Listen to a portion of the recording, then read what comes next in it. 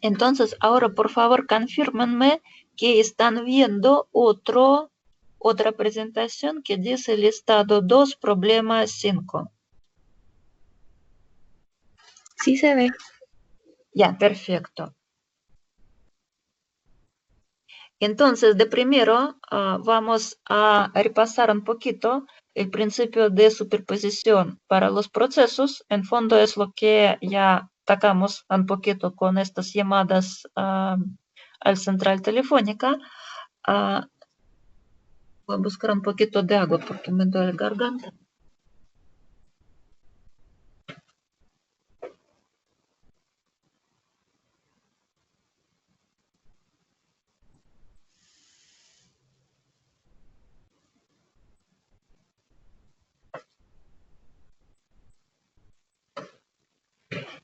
Ya, entonces en realidad esta materia ya hemos visto. En fondo fue parcialmente copiado y pegado de alguna de las presentaciones, pero por otro lado igual sirve acordar porque si no, no va a ser tan claro qué estamos haciendo en el ejercicio. ¿Ya? Y esa materia seguramente entra al certamen porque solo pedir calcular algo por la fórmula de distribución de Poisson, eso en fondo se supone que ustedes han aprendido en el curso de probabilidades. Eso no tiene mucha gracia. ¿Ya? Y también teniendo presente que no entra en el certamen la materia de la tasa variable de proceso no homogéneo. Es la última presentación que de primero yo subí, luego no alcanzamos a hacer esas clases y pidieron que no se aumenta la materia, por lo tanto yo eliminé esta presentación de la plataforma y vamos a verla ya para el próximo certamen. Entonces esa cosa no entra. Pero sí entra la superposición y entran cosas basadas en conditioning, condicionamiento. Eso sí entra. Es decir, proceso compuesto, variable compuesta sí entra, porque eso ya está relacionado a los procesos. Ya, entonces, supongamos que tenemos eventos que ocurren con tasa lambda y que estos procesos yo puedo clasificar en dos grupos. Un grupo ocurre con probabilidad P y otro con probabilidad complementaria 1 menos P. Por ejemplo, estamos contando aparte la cantidad de nuevo, volviendo a la tendencia, contamos aparte la cantidad de la gente que entra al supermercado que no está en el grupo de riesgo y aparte deseamos contar a las personas mayores de edad. ¿Sí? Y también necesitamos conteo del total de las personas que están en el supermercado. Por lo tanto, yo puedo separar estos clientes del supermercado en dos grupos. Entonces, el número total de eventos, voy a decir que este es un proceso de Poisson en tiempo t. Y este proceso de Poisson total está subdividido en dos subprocesos. El primero cuenta eventos tipo 1 y el segundo cuenta los eventos de tipo 2. Y la gracia es que si dividimos de tal manera que nuestras probabilidades son complementarias, es decir, que no me quedó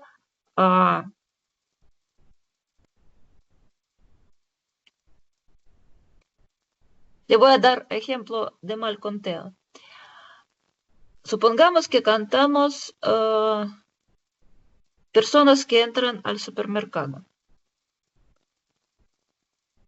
y dividimos en un grupo personas mayores de edad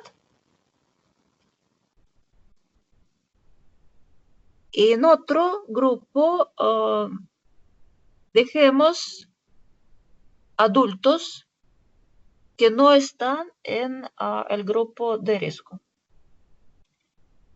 Ya estamos frente de un mal conteo porque olvidamos niños y guaguas.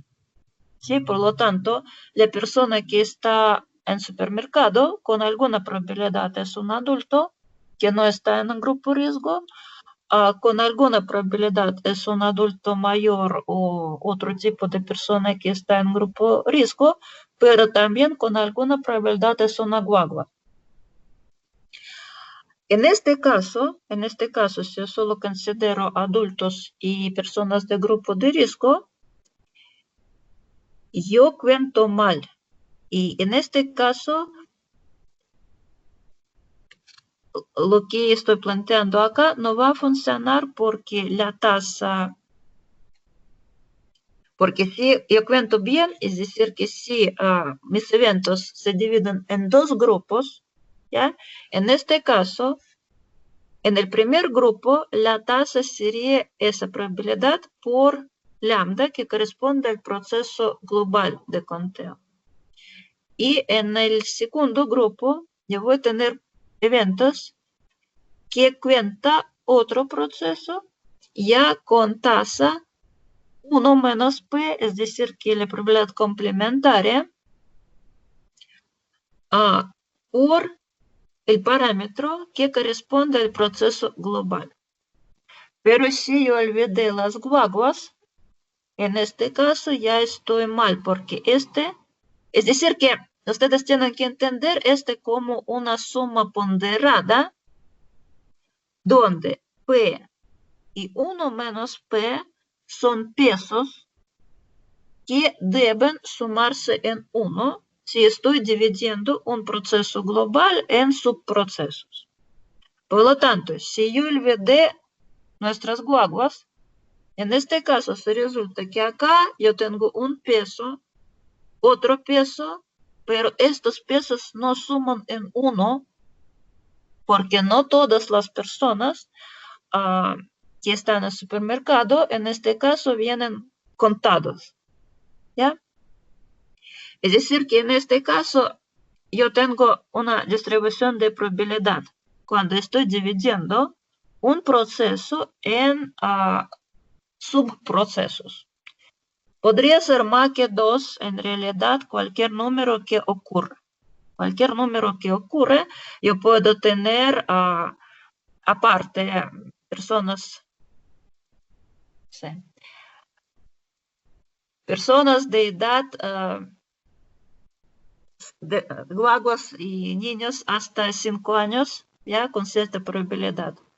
De 5 a 14 años con otra probabilidad, etcétera, etcétera, ya, y cada uno con su propia probabilidad P1, P2, P3. Lo que me importa que esas probabilidades en este caso tienen que sumarse a 1. ¿Por qué? Porque yo tengo que distribuir la intensidad que corresponde al proceso global, nuestra lambda, yo tengo que distribuir, se puede pensar, es como porcentajes, ¿sí? Tanto porcentaje va a un proceso, otro porcentaje va a otro proceso, pero sí o sí me tiene que dar el total, 100%. Se puede pensar también de esa manera. Entonces, el resultado, que no es tan obvio, y detrás obviamente hay un teorema, que cuando nosotros dividimos el proceso original NT en dos procesos, de tal manera que mi lambda también se distribuye entre dos componentes, el primer proceso va a ser proceso de Poisson con tasa P lambda, el segundo proceso va a ser proceso de Poisson con tasa 1 menos P por lambda, y además, lo que es súper importante, estos procesos son independientes. Este símbolo, como perpendicular pero con raya doble, es un símbolo de independencia para variables aleatorias, que también tiene cierto sentido porque en realidad si dos variables son independientes, son no correlacionadas. Y eso en realidad no siempre dicen en teoría de probabilidades. En procesos estocásticos en realidad es casi un área que merece de un curso aparte. En realidad, de misma manera como en geometría o en álgebra lineal, el producto interno le da concepto de ortogonalidad, ¿ya? Para las funciones, el concepto de ortogonalidad le da una integral, ¿ya? Por eso, a los estudiantes de estadística eso no enseñan, pero los matemáticos deben saber, ¿sí? Entonces, la integral en este sentido me da espacio de Hilbert, donde yo también tengo concepto de ortogonalidad, que dos funciones son ortogonales si la integral entre ellas con respecto a la medida respectiva, yo puedo trabajar con cualquier que quiero, es cero. En este caso, las funciones son ortogonales y, por ejemplo, con este llegamos al concepto de series de Fourier, etcétera, etcétera, etcétera. ¿Ya? Polinomios ortogonales, por lo general, porque no necesariamente deben ser trigonométricos. Entonces, tenemos estructura de espacio de Hilbert. Esa misma estructura, sobre todo si ustedes piensan que la esperanza es una integral con respecto a la densidad respectiva. La covarianza es también, si nosotros supongamos que las variables, para simplificar, supongamos que las variables tienen media cero. Por lo tanto, la covarianza es nada más que la esperanza del producto de esas dos variables. Por lo tanto, es una integral entre esas dos variables con respecto a la densidad respectiva. De inmediato uno puede concluir que si esa covarianza es cero, tenemos misma estructura absolutamente, porque en fondo la teoría de probabilidades es una adaptación de la teoría de medida para ciertos fines específicos.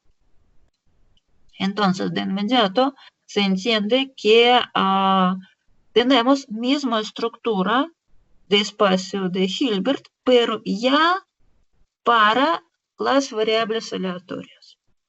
Mismo, 100% mismo, pasa con los procesos estocásticos. Si tenemos procesos estocásticos de tal tipo que el concepto de la covarianza tiene sentido, es decir, que si trabajamos con procesos con varianza finita, porque también hay procesos con varianza infinita y por lo tanto todo eso no funciona. Bien. Entonces, si para nuestros procesos tiene sentido ocupar el concepto de covarianza, de inmediato tenemos estructura de espacio de Hilbert, pero ya para las trayectorias de estos procesos. Y tales procesos, por ejemplo, se ocupan bastante en ingeniería eléctrica, por ejemplo. Un caso específico serían procesos gaussianos. ¿Por qué? Porque por la distribución normal, dos variables independientes y dos variables no correlacionadas son sinónimos. Es la única distribución donde esas dos cosas son equivalentes. Por lo general, si dos variables son no correlacionadas, este no implica por la regla general que son independientes. La reversa es correcta. Si dos variables son independientes, en este caso como consecuencia, su correlación o covarianza es cero. Lo contrario es correcto solo para la distribución normal. Como consecuencia, lo mismo tenemos para procesos gaussianos, por ejemplo, para el proceso de Wiener, donde la estructura de covarianza de primero existe porque tiene finito su segundo momento, la varianza existe es finita. Cuando digo existe significa que es finita. La varianza es finita para el proceso de Wiener y por lo tanto también el proceso de Wiener y los demás procesos gaussianos, que son muchos, también tienen esta estructura, producen la estructura del espacio de Hilbert, con todas las ventajas que tenemos para el espacio de Hilbert, incluso los temas de dualidad, etcétera, etcétera. Pero eso ya también de nuevo se encuentra fuera de nuestro curso, ¿ya? De ahí la lógica, por qué se ocupa este símbolo, porque en realidad esas dos variables son ortogonales, pero ortogonales en el sentido estocástico.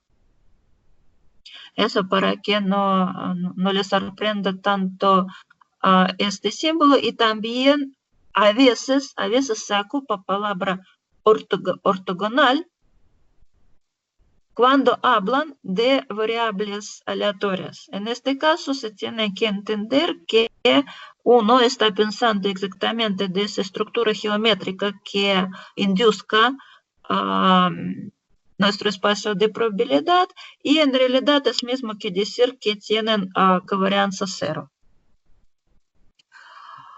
Por lo tanto, para los procesos donde la covarianza tiene sentido, casi textualmente se repita todas las presentaciones, por ejemplo, como para una función que vive en el espacio de Hilbert, nosotros tenemos su representación mediante una serie con respecto a la base de este espacio, ¿ya?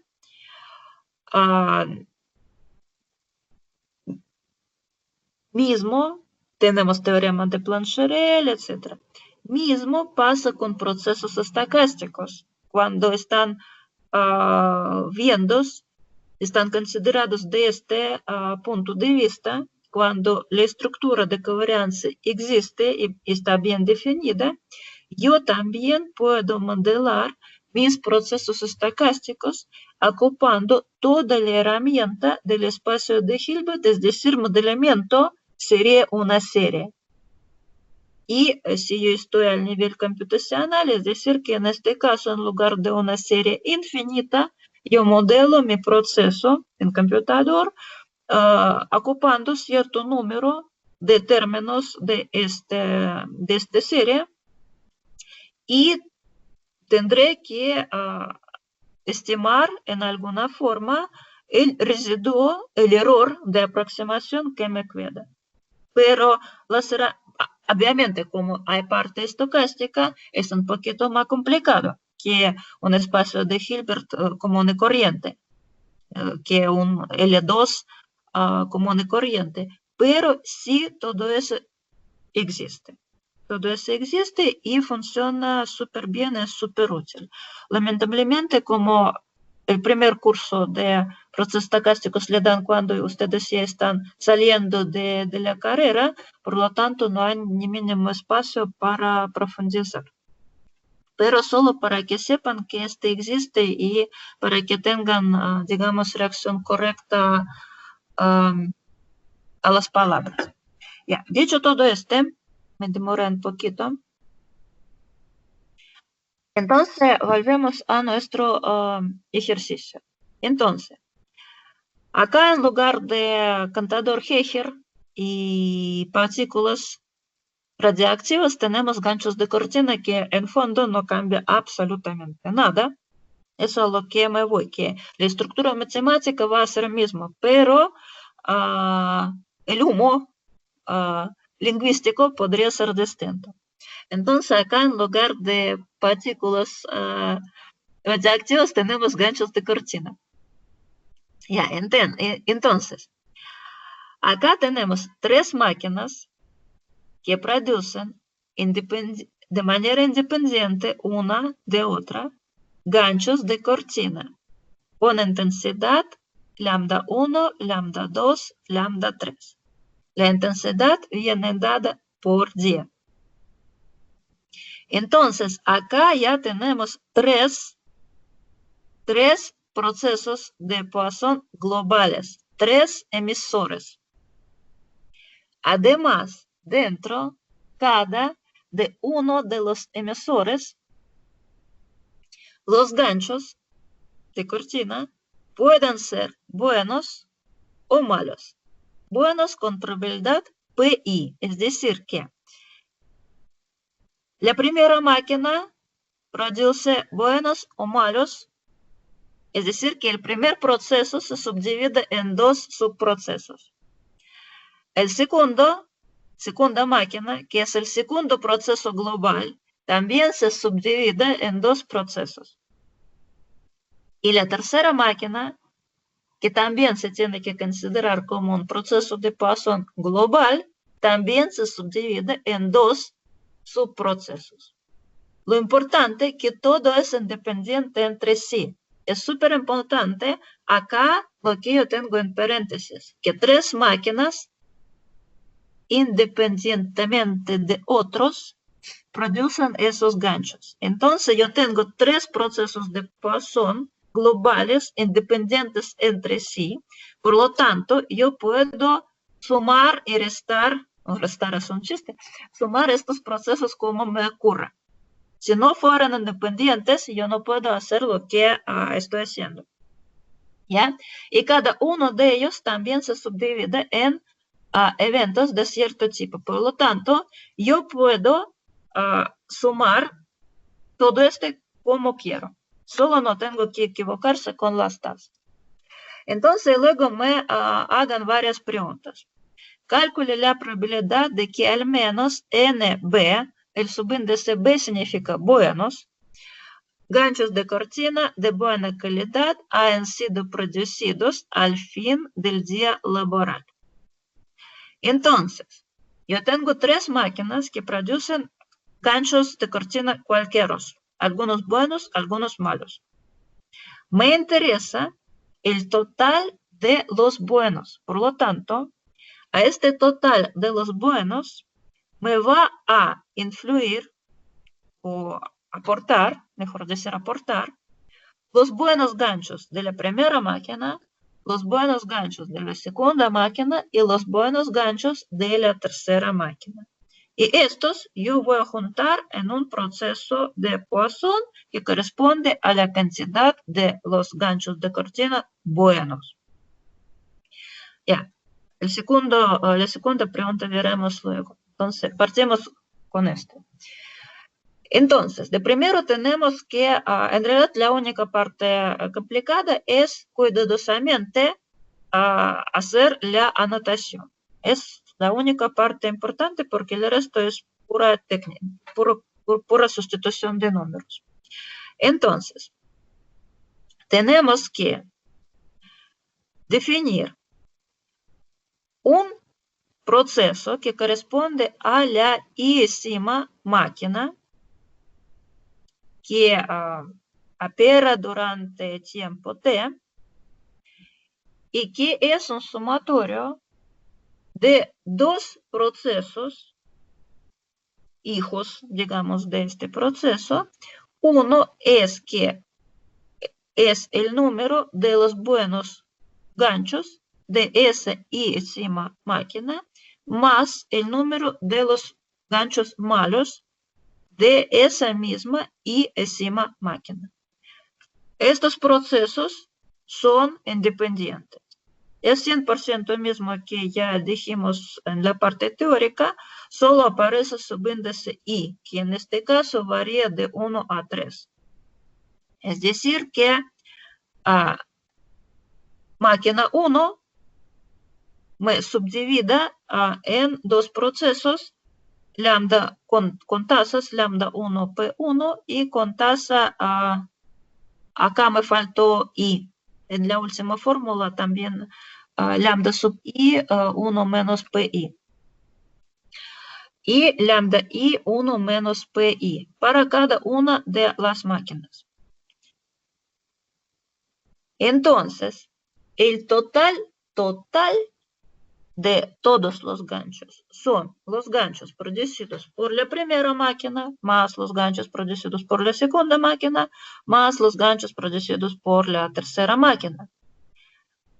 Pero cada una de esas cantidades en su turno es suma de los buenos producidos por la primera máquina a los malos producidos por la primera máquina. Acá tenemos otro error tipográfico.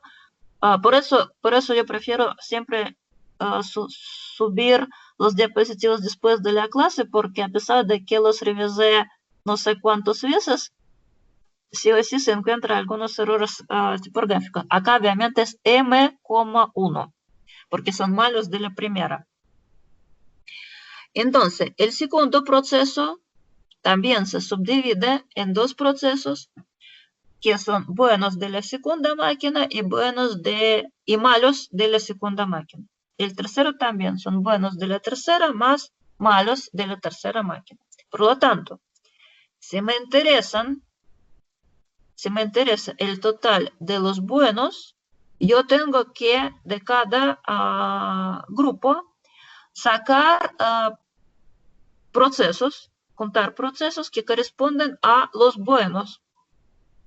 Entonces, el número de los buenos ganchos de cortina producidos por tres máquinas en tiempo t sería la suma de estos procesos n sub t, b, i y de 1 a 3.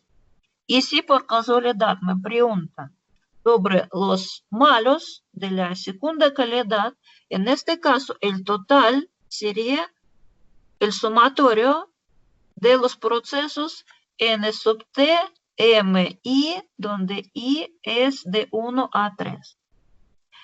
Y en el primer sumatorio, cada uno de los procesos es de tasa pi lambda i, por lo tanto, el proceso sumante va a ser P1 lambda, va a tener tasa P1 lambda 1 más P2 lambda 2 más P3 lambda 3. Y 100% mismo con los malos. Ya, entonces nos preguntan sobre los buenos. Acá en el dispositivo se dice mismo que dijo yo. Es decir, que NTB sea el proceso de Poisson que describe el número total de los ganchos de cortina de buena calidad y este va a tener tasa lambda B, que es el sumatorio de lo que ya dijimos. Y mismo para el proceso que cuenta el total de los ganchos de cortina de mala calidad.